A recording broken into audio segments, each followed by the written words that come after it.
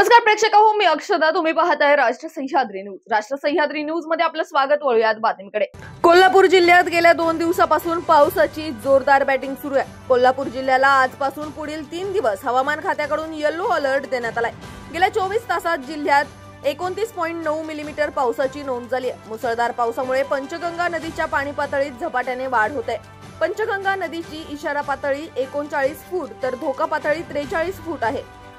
पाऊस असा सुरू राहिला तर संध्याकाळपर्यंत पंचगंगा इशारा पातळी गाठण्याची शक्यता आहे.